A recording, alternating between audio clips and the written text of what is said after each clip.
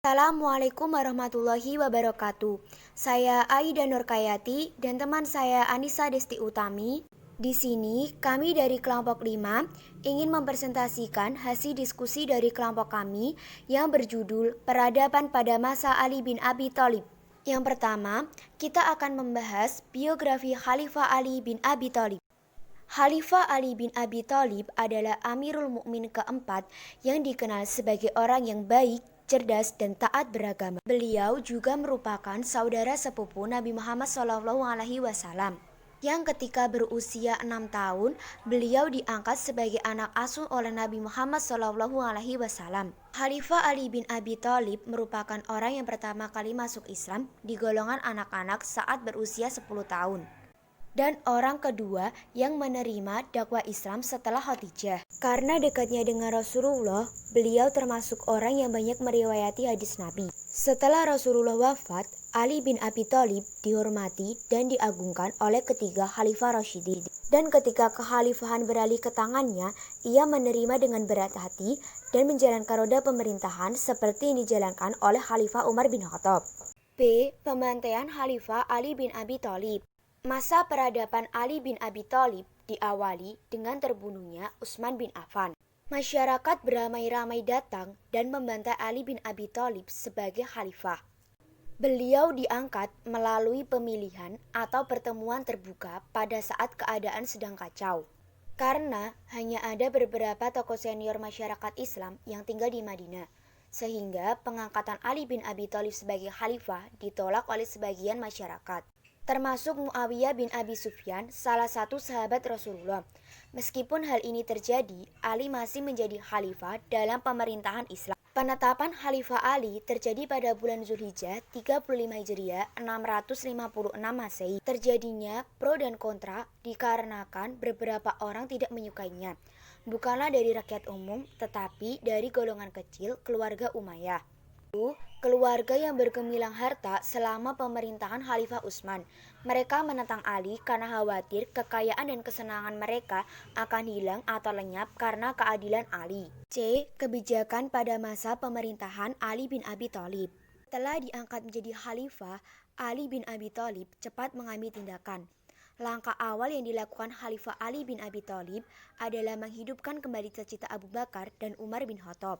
Setelah memaku jabatan khalifah, Ali mengubah apa yang ditetapkan oleh Utsman dan mengeluarkan dua kebijakan politik, yaitu pertama, memecat kepala daerah angkatan Utsman dan menggantikannya dengan gubernur yang baru.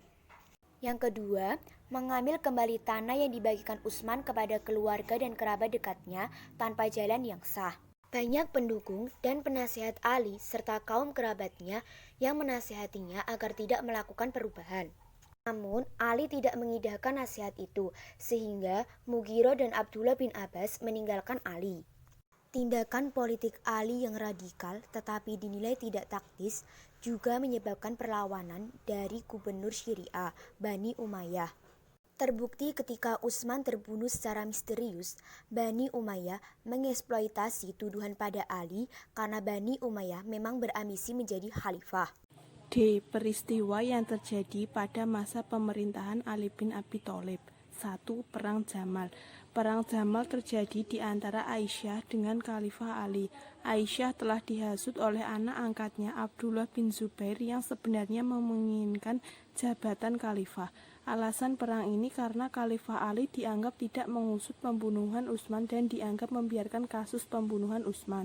Khalifah Ali berusaha supaya tidak terjadi peperangan dengan melakukan perundingan.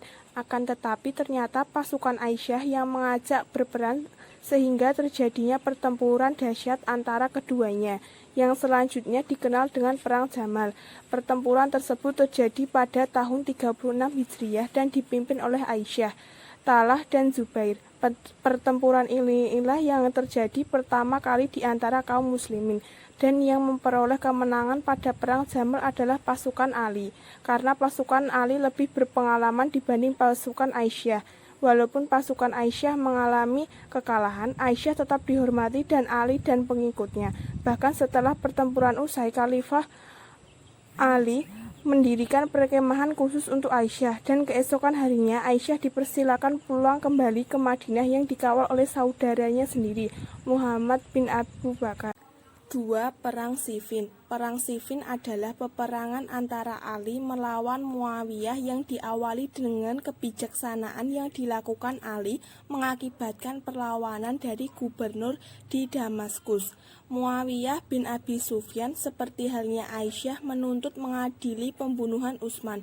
Bahkan mereka menuduh Ali turut campur dalam pembunuhan Utsman. Selain itu mereka tidak mengakui kekhalifahan Ali. Memandang Muawiyah sebagai seseorang pembangkang yang harus diperangi.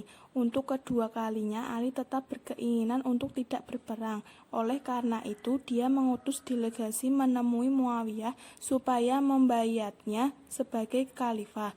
Namun Muawiyah tidak mengidahnya. Maka perang pun terjadi dalam beberapa hari. Ali berhasil membangkitkan semangat pasukannya sehingga kemenangan sudah hampir dicapai. Muawiyah cemas dan memanggil Amr bin As untuk melakukan siasat dengan memerintahkan kepada anggota pasukannya yang membawa mushaf atau kitab Al-Quran supaya diangkat sebagai tombak di atas. Sebagian pasukan Ali yang melihatnya meminta menghentikan perang, tetapi ditolak Ali. Seruan Ali untuk meneruskan peperangan tidak mendapat sambutan dari mereka, dan Ali terpaksa mengalah dan mengumumkan peperangan dihentikan, dan perselisihan diselesaikan melalui arbitrase atau peristiwa takim. 3. Peristiwa Takim. Takim atau perundingan diselenggarakan pada bulan Ramadan 37 Hijriah atau Januari 659 Masehi di suatu tempat bernama Dumat al-Jandal, terletak di antara Madinah Damaskus, yang terdiri dari 2 agenda. Agenda pertama, Amr berhasil meyakinkan Abu Musa bahwa Utsman terbunuh secara zalim.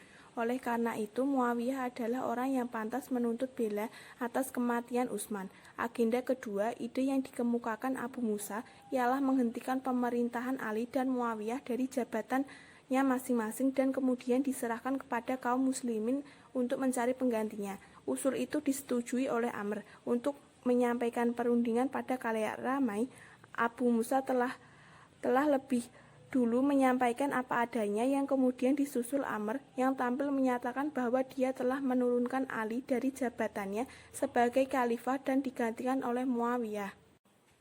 4. Terbunuhnya Ali bin Abi Thalib. Peristiwa Takim telah menimbulkan perpecahan di kalangan tentara Ali karena mereka tidak menerima hasil Takim. Dengan sisa kekuatan yang ada, Ali bertekad memerangi Muawiyah sekali lagi. Namun dalam perjalanan terdapat berita dari Nahrawan bahwa orang-orang Khawarij melakukan berbagai tindakan kekerasan, yaitu penyiksaan dan pembunuhan. Ali terpaksa membatalkan perjalanan ke Syam dan dialihkan menuju Nahrawan. Di sini Ali kembali ditinggalkan sebagian besar tentaranya. Secara militer, posisi Ali sudah lemah. Kesempatan ini digunakan Muawiyah untuk merebut Mesir dan mengangkat Amr menjadi gubernurnya. Sementara itu, kaum Khawarij berpendapat bahwa biang keladi perpecahan umat Islam adalah Ali, Muawiyah, dan Amr bin As. Oleh sebab itu, mereka sepakat membunuh ketiga tokoh itu pada waktu yang sama. Abdurrahman bin Muljan berhasil menikam Ali saat sholat subuh di Masjid Kufah. Barak bin Abdillah al-Tamimi tidak berhasil menikam Muawiyah tetapi hanya terluka, dan Amr bin Barq al-Tamimi tidak hasil menikam Amr karena sakit dan tidak keluar pada waktu subuh. Peristiwa ini terjadi pada bulan Ramadan 40 Hijriah atau Januari 561 Masehi. Dalam beberapa hari setelah penikaman itu, Ali meninggal dunia dalam usia 63 tahun. Setelah memerintah selama 5 tahun, dengan wafatnya khalifah keempat itu berakhirnya pemerintahan Al-Khulafa al-Rasyidin. Sekian presentasi dari kelompok kami. Bila ada kesalahan kami mohon maaf. Wassalamualaikum warahmatullahi wabarakatuh.